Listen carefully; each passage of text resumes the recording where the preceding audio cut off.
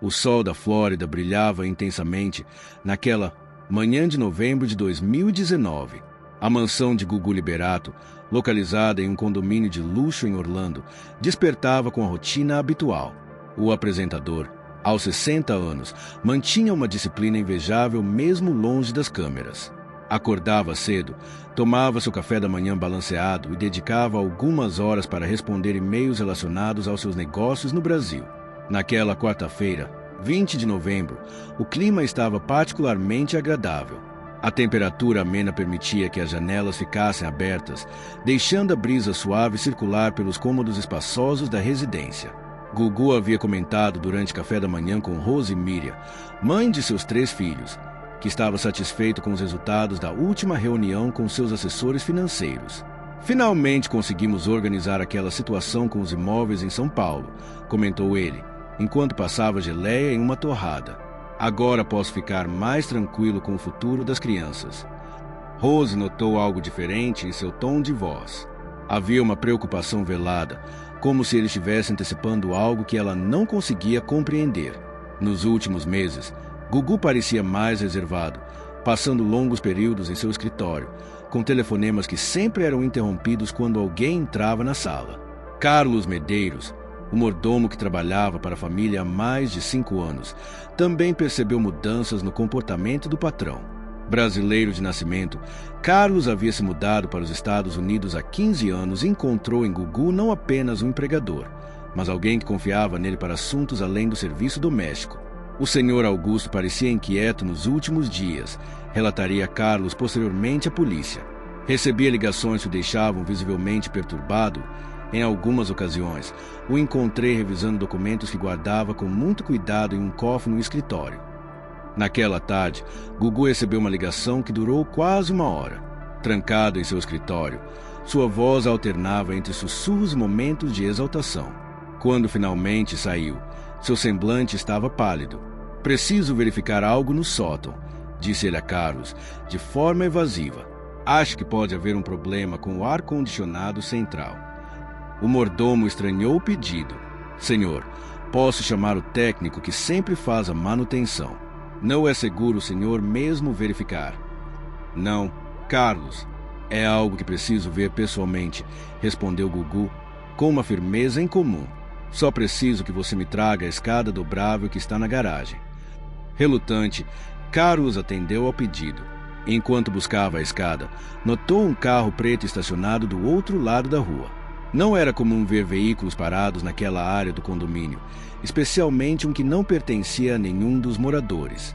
O motorista parecia observar a casa com atenção. Quando retornou com a escada, encontrou Gugu já no corredor que dava acesso ao alçapão do sótão.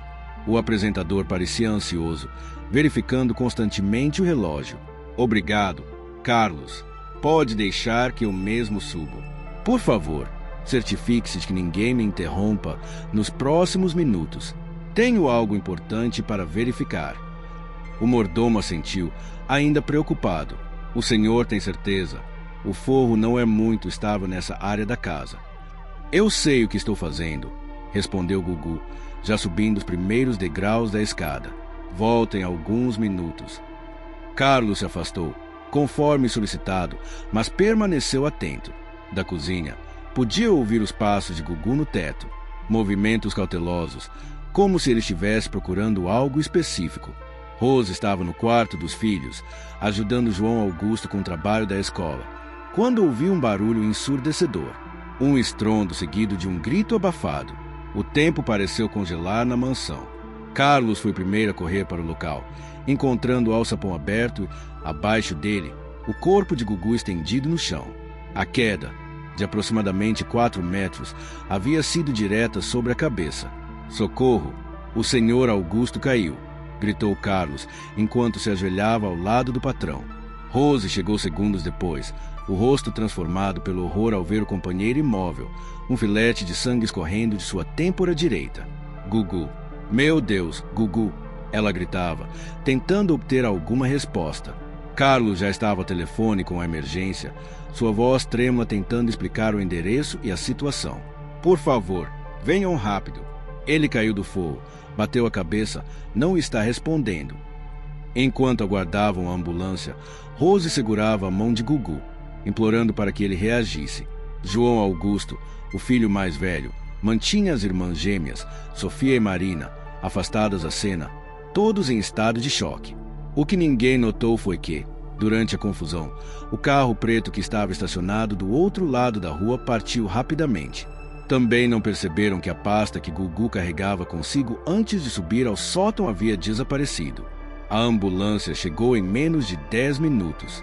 Os paramédicos agiram com rapidez, estabilizando Gugu e preparando para o transporte. Seu estado era crítico, traumatismo craniano grave, com suspeita de hemorragia interna. Estamos levando para o Orlando Health Medical Center, informou um dos paramédicos.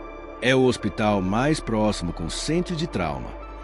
Rose entrou na ambulância, segurando a mão inerte do companheiro durante todo o trajeto. Lágrimas silenciosas escorriam por seu rosto enquanto ela rezava, alternando entre português e inglês, implorando por um milagre. No hospital, a equipe médica já aguardava. Gugu foi levado imediatamente para a sala de emergência, enquanto Rose era conduzida a uma área de espera. As horas seguintes seriam as mais longas de sua vida.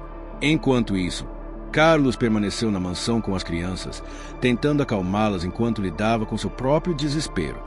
Foi ele quem fez as primeiras ligações para o Brasil, contactando Aparecida Liberato, irmã de Gugu, para informar sobre o acidente.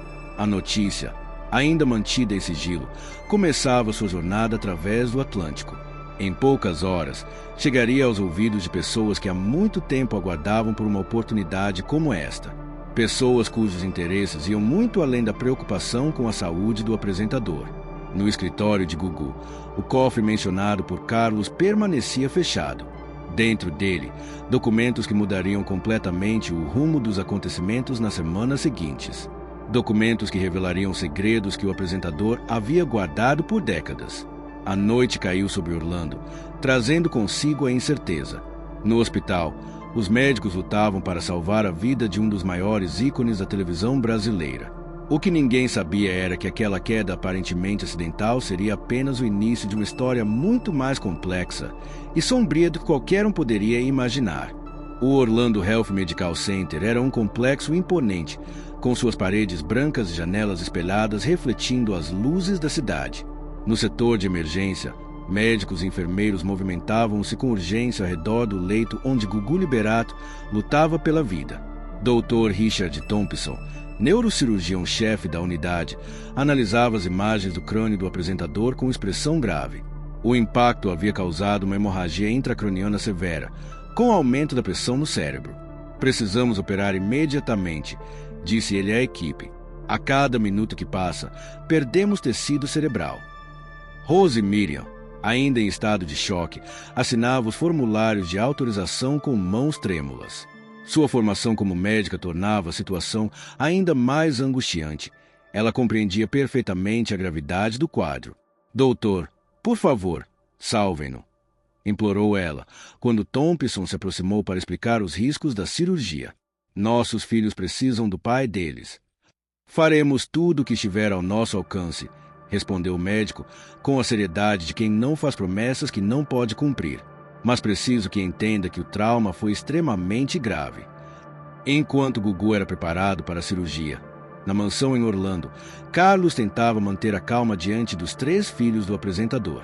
João Augusto, com 18 anos, assumiu uma postura protetora com as irmãs gêmeas de 15 anos, Sofia e Marina. O que exatamente aconteceu?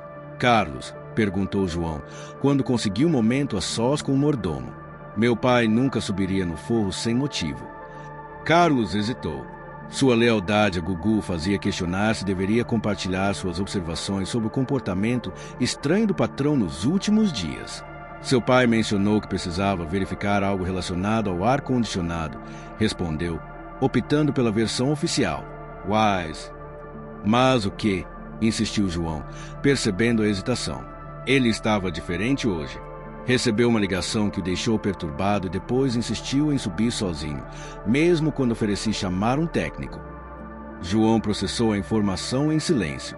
Desde que se mudaram para os Estados Unidos, ele havia notado mudanças no comportamento do pai, telefonemas secretos Reuniões com pessoas que nunca eram apresentadas à família, documentos que eram rapidamente guardados quando alguém entrava em seu escritório. O telefone tocou, interrompendo seus pensamentos. Era Aparecida Liberato, tia de João e irmã de Gugu, ligando do Brasil. João, estou pegando o primeiro voo para Orlando, disse ela, a voz embargada. Como estão vocês? Alguma notícia do hospital? Ainda não, tia. Mamãe está lá e prometeu ligar assim que souber de algo. Mantenha tudo em ordem até eu chegar. Está bem? Não fale com ninguém sobre o acidente, especialmente com a imprensa. A preocupação com a imprensa não era infundada. De alguma forma, a notícia já havia vazado. O telefone da mansão não parava de tocar, com jornalistas brasileiros buscando confirmação sobre o estado de saúde do apresentador. No Brasil, as redações dos principais veículos de comunicação entravam em estado de alerta. Rodrigo Faro, apresentador da Record e considerado herdeiro profissional de Gugu, foi um dos primeiros a ser informado. Como assim? Acidente doméstico, questionou ele ao produtor que trouxe a notícia. Qual é a gravidade? Ainda não temos detalhes confirmados, mas fontes no hospital dizem que é muito grave. Traumatismo craniano, possível morte cerebral. Faro empalideceu. Apesar da rivalidade profissional, ele e Gugu mantinham uma relação de respeito mútuo. Mas o instinto do apresentador rapidamente calculou o impacto que aquela notícia teria e como poderia posicioná-lo definitivamente como o principal nome do entretenimento brasileiro. Prepare uma nota oficial de solidariedade à família, instruiu ele ao assessor de imprensa, e reorganize a pauta do programa de domingo. Vamos precisar de um tributo, caso o pior aconteça. De volta ao hospital em Orlando, a cirurgia de Gugu já durava 4 horas. Na sala de espera, Rose recebia a companhia de Antônio Caetano, um brasileiro que vivia na Flórida e se apresentou como amigo próximo de Gugu. Ele me ligou hoje cedo, comentou Antônio, um homem de meia idade, bem vestido e de fala mansa. Estava preocupado com alguns documentos. Disse que precisava resolver uma situação antes que fosse tarde demais. Rose olhou para ele, confusa. Documentos? Que documentos? Antônio pareceu perceber que havia falado demais. Assuntos de negócios, imagino. Você sabe como Gugu sempre foi reservado com questões financeiras. Antes que Rose pudesse questionar mais, Dr. Thompson surgiu no corredor, ainda usando traje cirúrgico. Seu semblante não trazia boas notícias. Conseguimos controlar a hemorragia, explicou ele, mas o dano cerebral é extenso. Ele está em coma induzido e nas próximas 48 horas saberemos se há chance de recuperação. Rose cobriu o rosto com as mãos, deixando escapar um soluço profundo. Antônio colocou a mão em seu ombro, em um gesto de conforto que, para observadores atentos, parecia estranhamente familiar. No Brasil, a notícia oficial finalmente foi divulgada pela assessoria de imprensa de Gugu. O apresentador Gugu Liberato sofreu um acidente doméstico em sua residência em Orlando e encontra-se internado em estado grave. A informação, propositalmente vaga, desencadeou uma onda de especulações. Em poucas horas, as redes sociais foram inundadas com mensagens de apoio, teorias conspiratórias, até mesmo falsas notícias sobre sua morte. Nos bastidores dos principais canais de televisão, a movimentação era intensa. Programas eram replanejados, equipes de reportagem mobilizadas para cobrir todos os desdobramentos. A tragédia pessoal de Gugu transformava-se rapidamente em um espetáculo midiático. Na mansão em Orlando, João Augusto finalmente conseguiu um momento de privacidade para entrar no escritório do pai. Algo no relato de Carlos o incomodava profundamente. Que motivo teria Gugu para verificar pessoalmente o ar-condicionado no sótão? O escritório estava impecavelmente organizado, como sempre. Na mesa de mogno, o laptop fechado e uma agenda de capa de couro. João hesitou por um momento, consciente de que estava invadindo a privacidade do pai, mas a preocupação falou mais alto. Ao abrir a agenda, encontrou anotações em código, algo que Gugu fazia desde que João era criança, uma maneira de proteger informações sensíveis. Mas um nome estava claramente visível, circulado várias vezes: Tiago Salvatore. O nome não significava nada para João, mas a data ao lado, justamente aquele dia, e a anotação encontro confirmado sugeriam que era algo importante. Ao verificar o laptop, encontrou-o protegido por senha. Tentou algumas combinações óbvias, datas de aniversário, nomes de familiares, sem sucesso. Quando estava prestes a desistir, notou um pequeno papel dobrado que havia caído da agenda. Nele, uma sequência de números e a mesma assinatura, Tiago S. No hospital, a condição de Gugu permanecia crítica.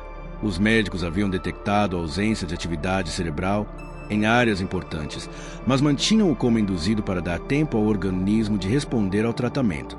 Rose, exausta após horas de vigília, finalmente concordou em ir para casa descansar um pouco e estar com os filhos. Antônio ofereceu-se para levá-la. "Posso ficar aqui se preferir", disse ele. "Conheço alguns médicos do hospital. Talvez consiga informações mais detalhadas."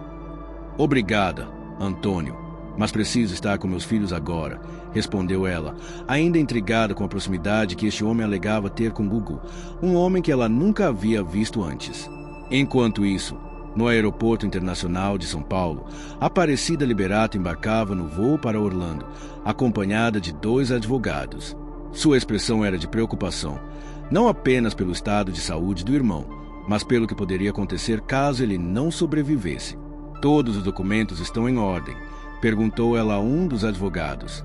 "Sim, temos procurações, cópias do testamento e todos os registros financeiros que solicitou." "Ótimo. Precisamos estar preparados para qualquer cenário." De volta à mansão, João recebeu uma ligação inesperada. O número era desconhecido, com código de área de Miami. "Alô, João Augusto, aqui é Tiago Salvatore. Era amigo do seu pai. Preciso falar com você urgentemente." João sentiu um arrepio percorrer sua espinha. O mesmo nome que encontrara na agenda do pai. "Como conseguiu meu número? O que quer?" "Seu pai me deu seu contato em caso de emergência. Escute, não confie em ninguém que apareça agora, especialmente em Antônio Caetano. Seu pai descobriu algo grave e estava prestes a tomar providências." "Do que está falando? Que providências?" "Não posso explicar por telefone. Encontre a pasta azul no escritório dele. Está escondida atrás do quadro da família. Depois me ligue novamente." A ligação foi encerrada abruptamente, deixando João com mais perguntas do que respostas. Ele correu de volta ao escritório e moveu o quadro que mostrava a família reunida em uma praia. Atrás dele, embutido na parede, havia um pequeno compartimento, não um cofre propriamente dito, mas um esconderijo que João jamais imaginara existir. E lá estava, uma pasta azul com o logotipo de um escritório de advocacia de Miami. Ao abri-la, João deparou-se com documentos que mudariam para sempre sua compreensão sobre quem realmente era Augusto Liberato, o homem que o mundo conhecia como Gugu. A notícia da queda de Gugu Liberato atravessou o Atlântico como um raio, atingindo o Brasil nas primeiras horas da manhã. O que começou como um burburinho nos grupos de WhatsApp de jornalistas rapidamente se transformou em uma cobertura nacional sem precedentes. Datena, apresentador do programa Brasil Urgente da Band, foi um dos primeiros a interromper sua atração para noticiar o acidente. "Acabamos de receber uma informação que, se confirmada, é extremamente grave. O apresentador Gugu Liberato teria sofrido um acidente doméstico em sua casa nos Estados Unidos e estaria em estado crítico. Vamos aguardar confirmação oficial, mas nossas fontes indicam que a situação é delicada." Nas redações dos principais veículos de comunicação do país, o clima era de correria e tensão. Produtores tentavam desesperadamente confirmar a informação, enquanto editores preparavam manchetes e materiais de arquivo sobre a carreira do apresentador. Na Record, emissora onde Gugu havia trabalhado por anos antes de se transferir para o SBT, a notícia causou comoção. Geraldo Luiz, amigo pessoal e colega de profissão, não conteve as lágrimas ao ser informado durante uma reunião de pauta. "Não é possível. Falei com ele anteontem", balbuciou, visivelmente abalado. Ele estava bem, animado com os projetos para 2020. No SBT, casa de Gugu por décadas antes de sua ida para a Record, Silvio Santos foi imediatamente informado. O dono da emissora, então com 89 anos, manteve-se em silêncio por longos minutos após receber a notícia. "Preparem um comunicado oficial expressando nossa solidariedade", instruiu finalmente e quero ser informado de qualquer atualização sobre o estado de saúde dele. Nas redes sociais, a hashtag #ForçaGugu rapidamente alcançou o topo dos trending topics.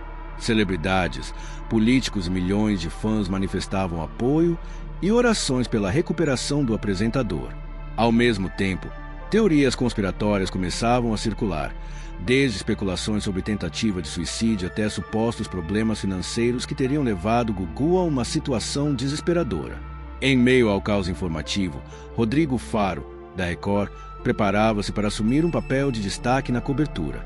Considerado por muitos como o sucessor natural de Gugu no entretenimento brasileiro, Faro via-se diante de uma situação delicada.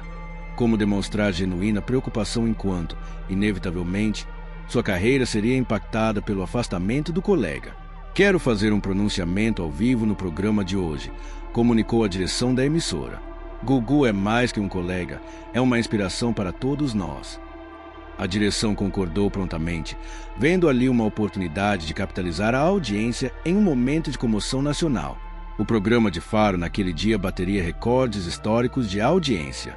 Enquanto isso, nos bastidores do SBT, uma reunião de emergência discutia como seria a programação do final de semana. O programa Silvio Santos, gravado às quintas-feiras, precisaria ser adaptado para incluir uma homenagem a Gugu, ex-pupilo e durante anos braço direito do dono da emissora. Silvio está arrasado, comentou um diretor.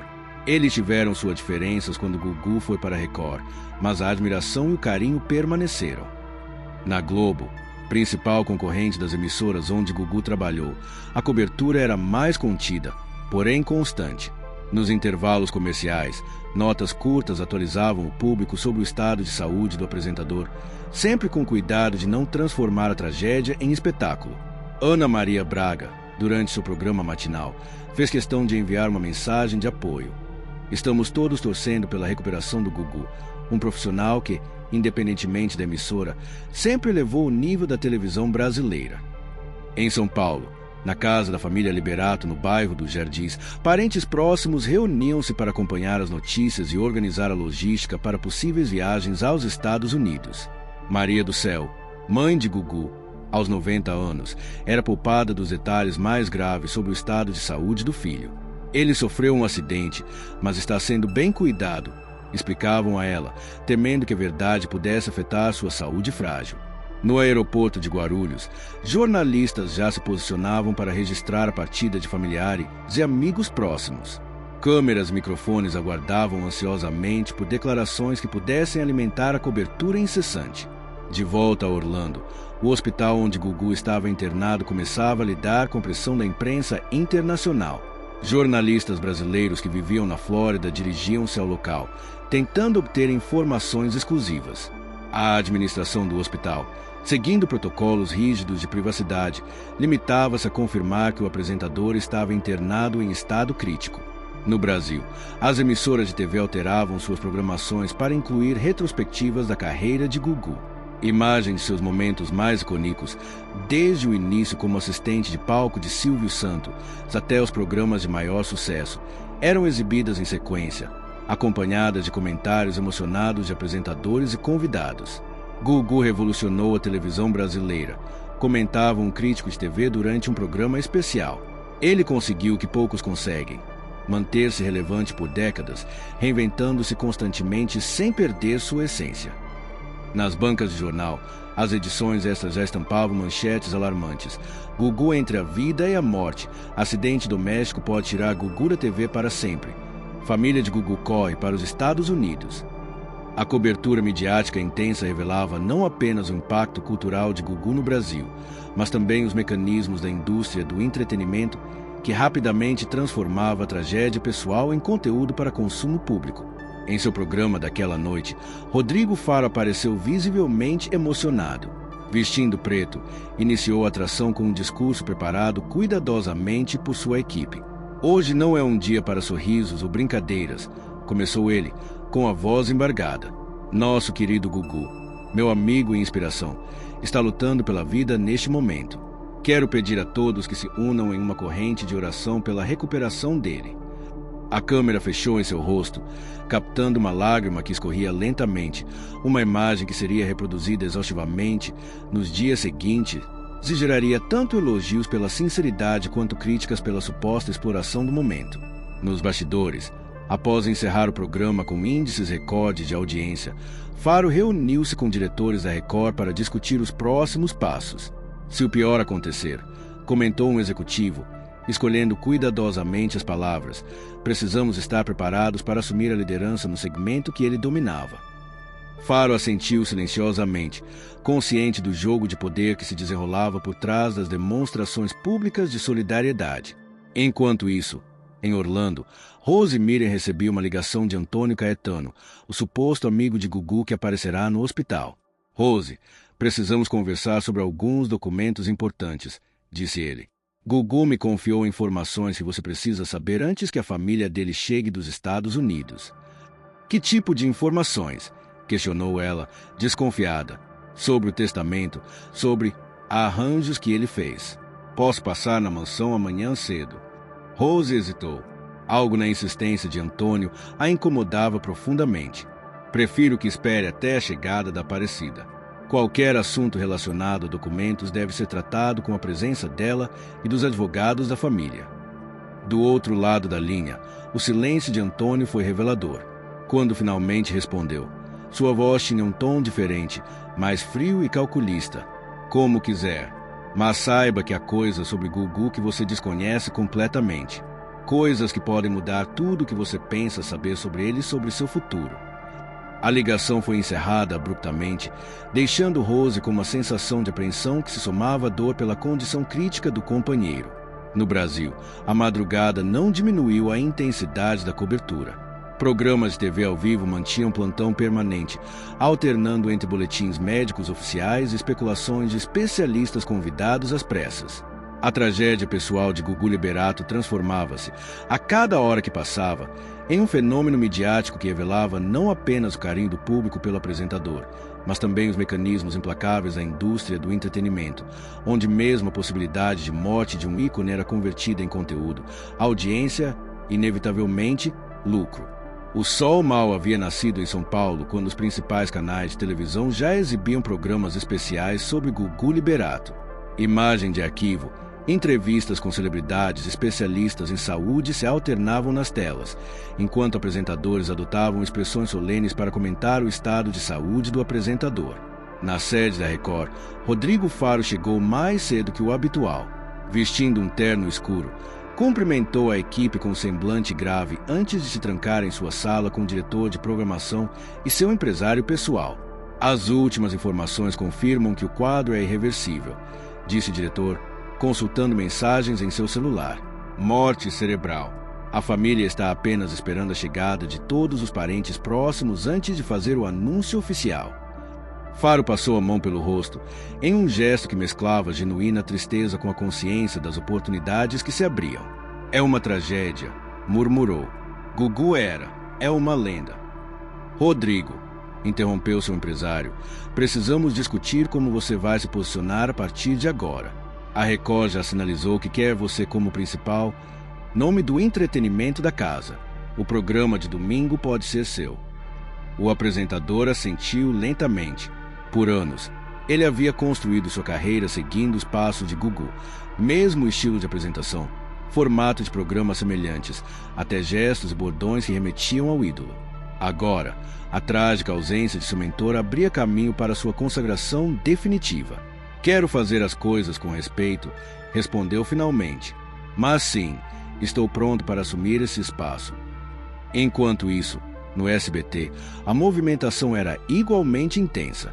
Executivos discutiam como a emissora deveria se posicionar diante da tragédia que afetava um ex-funcionário que, por décadas, havia sido peça fundamental na construção do império de Silvio Santos. Precisamos de um tributo à altura, argumentava um diretor. Gugu foi a cara do SBT por anos. Não podemos deixar que a Record monopolize esse momento. Patrícia Abravanel, filha de Silvio Santos, apresentadora da casa, sugeriu um especial reunindo momentos históricos de Gugu no SBT. Podemos convidar ex-assistentes de palco, celebridades que participaram de quadros icônicos, fazer algo realmente memorável. propôs ela. A ideia foi aprovada imediatamente, com uma ressalva do diretor comercial. Vamos buscar patrocinadores especiais para esse tributo. A audiência será estratosférica. A transformação da dor em produto televisivo acontecia sem disfarces, revelando a natureza implacável da indústria do entretenimento. Na Globo, a abordagem era mais sutil, mas igualmente calculada. Em reunião com a direção de jornalismo, ficou decidido que o Fantástico dedicaria um segmento especial à carreira de Gugu, destacando sua importância para a televisão brasileira, independentemente da emissora onde trabalhou. Vamos mostrar grandeza, orientou um diretor. Isso fortalece nossa imagem institucional e mostra respeito pela história da TV brasileira. Nas redes sociais, a disputa por engajamento era ainda mais explícita. Influenciadores digitais publicavam fotos antigas com Gugu, muitas vezes de encontros casuais em eventos, acompanhadas de longos textos emocionados sobre a amizade e momentos especiais que teriam compartilhado com o apresentador. Meu amigo, meu mentor, estou devastado, escreveu um youtuber que havia encontrado Gugu apenas uma vez em um evento promocional. A publicação alcançou milhares de curtidas e comentários. Em Orlando, alheia a essa exploração midiática, Rose Mira enfrentava uma realidade devastadora no hospital. Os médicos haviam confirmado a morte cerebral de Gugu, explicando que os equipamentos mantinham apenas as funções vitais do corpo, sem qualquer possibilidade de recuperação da consciência. Precisamos discutir a questão da doação de órgãos, explicou o Dr. Thompson com delicadeza. Entendo que é um momento extremamente difícil, mas decisões precisam ser tomadas. Rose, amparada pelos 3 filhos e por Aparecida Liberato, que havia chegado na noite anterior, tentava processar a informação. A formação médica lhe dava clareza sobre a irreversibilidade do quadro, mas o coração de mãe e companheira relutava em aceitar a perda definitiva. Ele sempre falou sobre doar órgãos, comentou João Augusto, quebrando o silêncio pesado. Dizia que era uma forma de continuar ajudando pessoas mesmo depois de partir.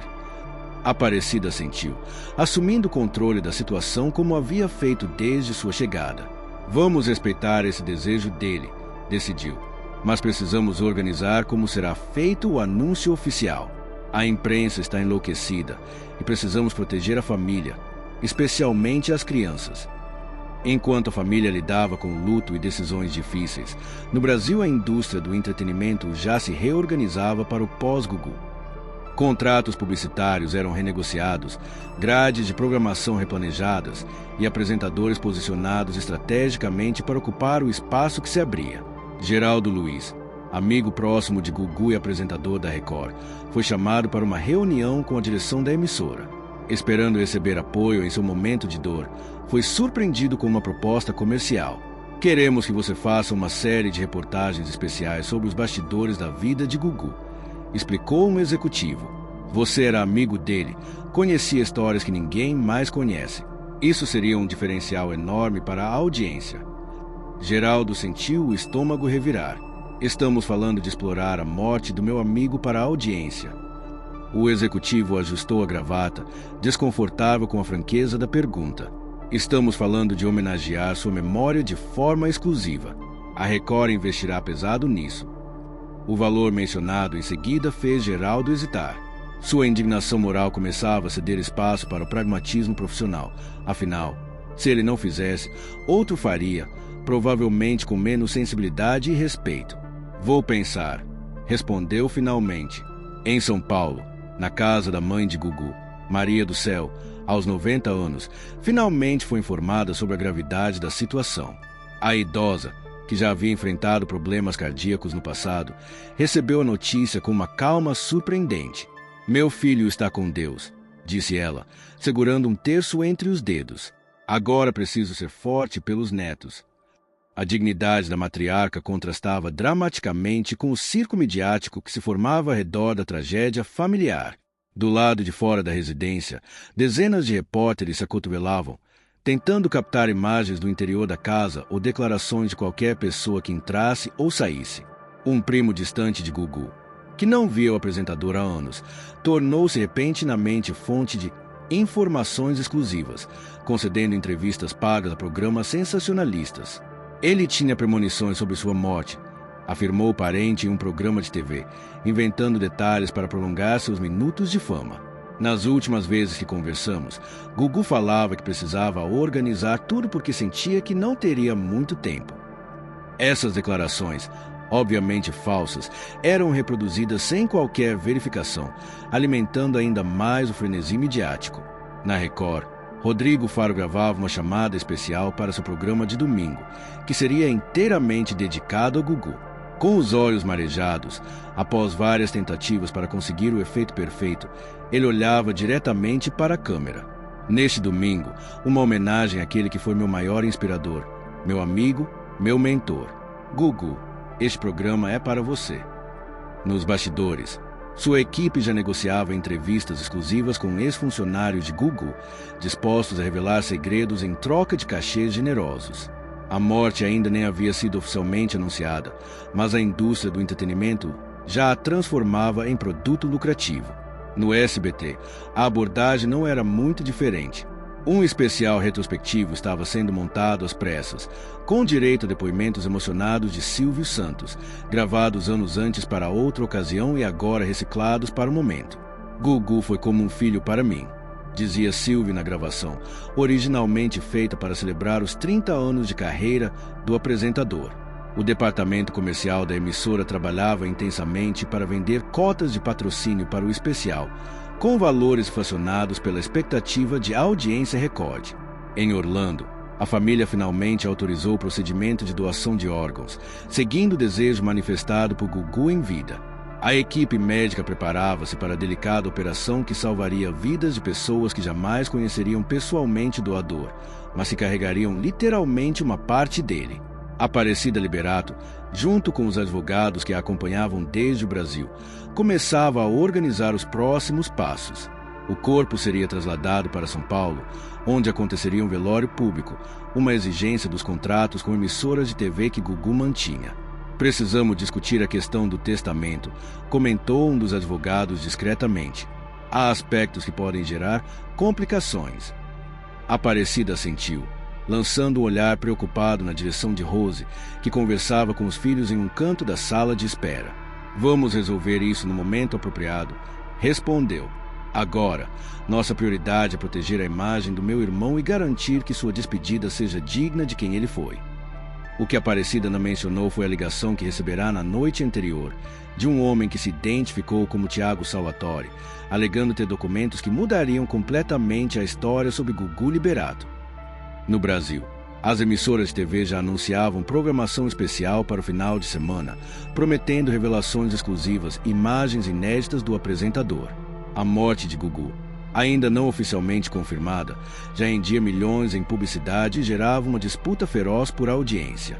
Os abutres da fama circulavam implacáveis, transformando a tragédia pessoal em espetáculo público, a dor familiar em produto de consumo, a memória em mercadoria. Era o lado sombrio da indústria que o próprio Gugu ajudara a construir ao longo de décadas, uma indústria que agora se alimentava de sua ausência com a mesma voracidade com que celebrara sua presença. O anúncio oficial da morte cerebral de Gugu Liberato foi feito em uma coletiva de imprensa organizada pelo hospital em Orlando. Dr. Richard Thompson, acompanhado por um tradutor, explicou em termos médicos o que havia acontecido: traumatismo crânioencefálico grave, hemorragia intracraniana extensa, ausência irreversível de atividade cerebral. Aparecida Liberato, representando a família, leu uma nota curta e emocionada. É com profunda dor que confirmamos o falecimento de nosso querido Augusto. Seguindo sua vontade expressa em vida, a família autorizou a doação de seus órgãos, para que outras pessoas possam continuar vivendo através deste último ato de generosidade. Enquanto a notícia oficial percorria o mundo, na mansão de Orlando, Rose Mira enfrentava uma situação inesperada. Antônio Caetano havia retornado, desta vez acompanhado de um advogado. Sinto muito incomodá-la neste momento tão difícil, disse ele, com uma formalidade que contrastava com sua postura anterior. Mas há assuntos legais que precisam ser tratados com urgência. João Augusto, que não havia deixado o lado da mãe desde que retornará do hospital, interveio. Qualquer assunto legal deve ser tratado através dos advogados da família. Minha tia Aparecida está cuidando de tudo. Antônio sorriu de forma condescendente. Entendo sua preocupação, João, mas o que tenho a tratar diz respeito a aspectos da vida do seu pai, bem, que a família talvez desconheça. Rose, exausta física e emocionalmente, encarou Antônio com desconfiança. Do que exatamente você está falando? O advogado que acompanhava Antônio adiantou-se, entregando um envelope lacrado. Senhora Rose, este documento é uma cópia de um acordo de união estável firmado entre Augusto Liberato e meu cliente, Antônio Caetano, há 8 anos. O silêncio que se seguiu foi ensurdecedor. Rose pegou o envelope com mãos trêmulas, enquanto João permanecia paralisado, tentando processar o que acabará de ouvir. Isso é absurdo, conseguiu finalmente dizer. Meu pai não era. Seu pai era um homem reservado sobre sua vida pessoal, interrompeu Antônio, com uma suavidade estudada. Ele manteve nossa relação em sigilo para proteger sua imagem pública e a família de vocês. Mas agora que ele se foi, não posso permitir que meus direitos sejam ignorados. Rose abriu o envelope e examinou o documento. Parecia oficial, com assinaturas reconhecidas em cartório e data de 8 anos atrás, período em que ela e Gugu já estavam juntos e tinham seus 3 filhos. Isso não pode ser verdade, murmurou ela, sentindo o chão desaparecer sob seus pés. Vivemos juntos por mais de 20 anos. Temos 3 filhos. Não estou questionando seu relacionamento com Gugu, respondeu Antônio. Ele sempre foi muito claro sobre o carinho que sentia por você e pelas crianças. Mas nossa relação existia paralelamente.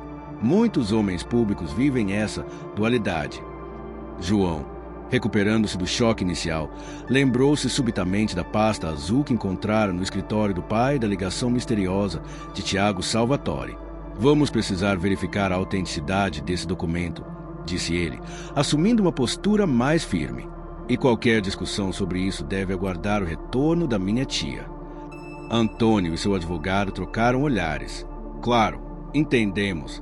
Apenas queríamos que vocês estivessem cientes antes que o assunto se torne público. Público? Questionou Rose, alarmada. Infelizmente, com a repercussão da morte de Gugu, será impossível manter isso em sigilo por muito tempo. Jornalistas já estão investigando todos os aspectos da vida dele. Após a saída dos visitantes indesejados, Rose desabou em lágrimas. Não apenas enfrentava a perda do companheiro de 2 décadas, mas agora via sua história de vida sendo questionada, sua família ameaçada por revelações que não sabia se eram verdadeiras ou fabricadas. João abraçou a mãe, tentando confortá-la enquanto sua própria mente fervilhava de dúvidas. Seria possível que seu pai tivesse mantido uma vida dupla por tantos anos? As estranhas viagens, os telefonemas secretos, os documentos guardados com tanto cuidado, tudo começava a formar um quadro perturbador. Mãe, precisamos verificar a pasta que encontrei no escritório do pai, disse ele finalmente. Pode haver respostas lá. Enquanto isso, no Brasil, a notícia da morte cerebral de Gugu dominava completamente a mídia. Programas especiais eram exibidos em todas as emissoras, com apresentadores visivelmente emocionados relembrando momentos da carreira do ícone da TV. Nos bastidores, porém, uma informação começava a circular entre jornalistas, a existência de um suposto companheiro de Gugu que estaria reivindicando direitos sobre a herança. Léo Dias, conhecido por suas colunas sobre celebridades, foi o primeiro a publicar uma nota enigmática. A morte de Gelli trará revelações surpreendentes sobre sua vida pessoal. Uma pessoa próxima, que manteve relacionamento com o apresentador por anos, prepara-se para vir a público. A nota, propositalmente vaga, gerou uma onda de especulações nas redes sociais. Fãs defendiam fervorosamente a memória do ídolo, enquanto outros começavam a revisitar entrevistas antigas em busca de sinais que teriam passado despercebidos. Em Orlando, Aparecida Liberato retornou à mansão após a coletiva de imprensa e foi imediatamente informada por João sobre a visita de Antônio Caetano. Ele apareceu com um advogado. Tia, explicou o jovem. Trouxe documentos alegando ter uma união estável com o pai. Aparecida fechou os olhos por um momento, como se aquela notícia fosse algo que ela temia, mas esperava. Onde estão esses documentos? Perguntou finalmente.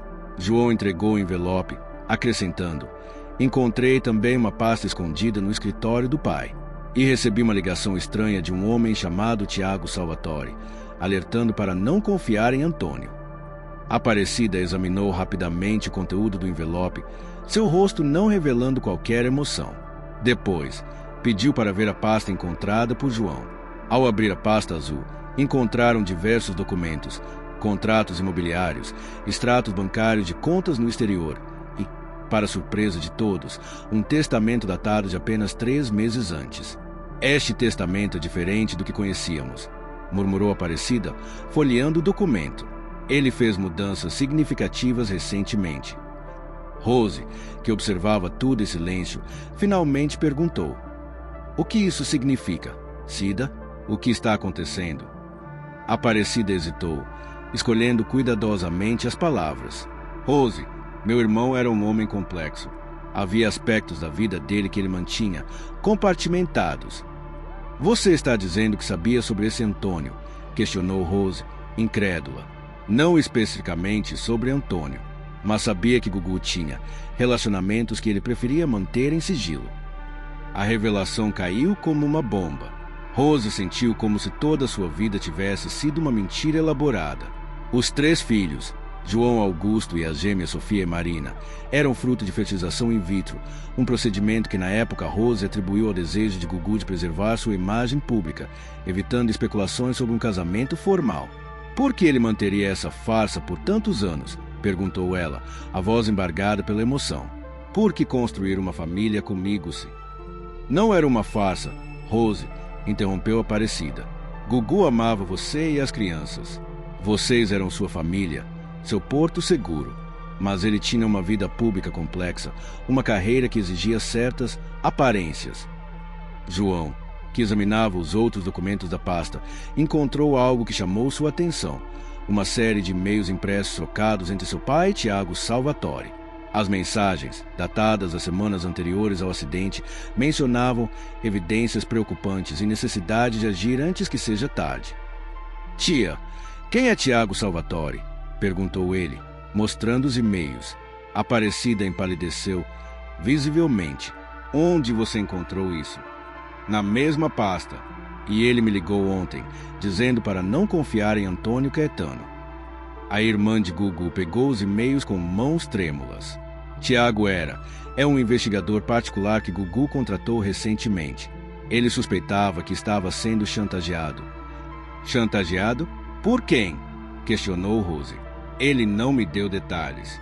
Apenas mencionou que alguém ameaçava revelar aspectos de sua vida pessoal se ele não pagasse uma quantia significativa." As peças começavam a se encaixar. A inquietação de Gugu nos dias anteriores ao acidente, os telefonemas secretos, a insistência em verificar pessoalmente algo no sótão da casa, tudo indicava que ele estava sob pressão extrema. "Precisamos falar com esse Tiago", decidiu João. "Se meu pai estava sendo chantageado, isso pode ter relação com o acidente." Aparecida hesitou. "João, precisamos ser muito cuidadosos. Seu pai construiu um império ao longo de décadas. Há muitos interesses em jogo, muitas pessoas que podem se aproveitar deste momento." "Estamos falando da morte do meu pai", exclamou o jovem, a voz elevando-se pela primeira vez. "Se não foi um acidente..." "Não estou sugerindo nada disso", interrompeu Aparecida rapidamente. "Apenas digo que devemos lidar com essas questões discretamente, protegendo a memória dele e o futuro de vocês."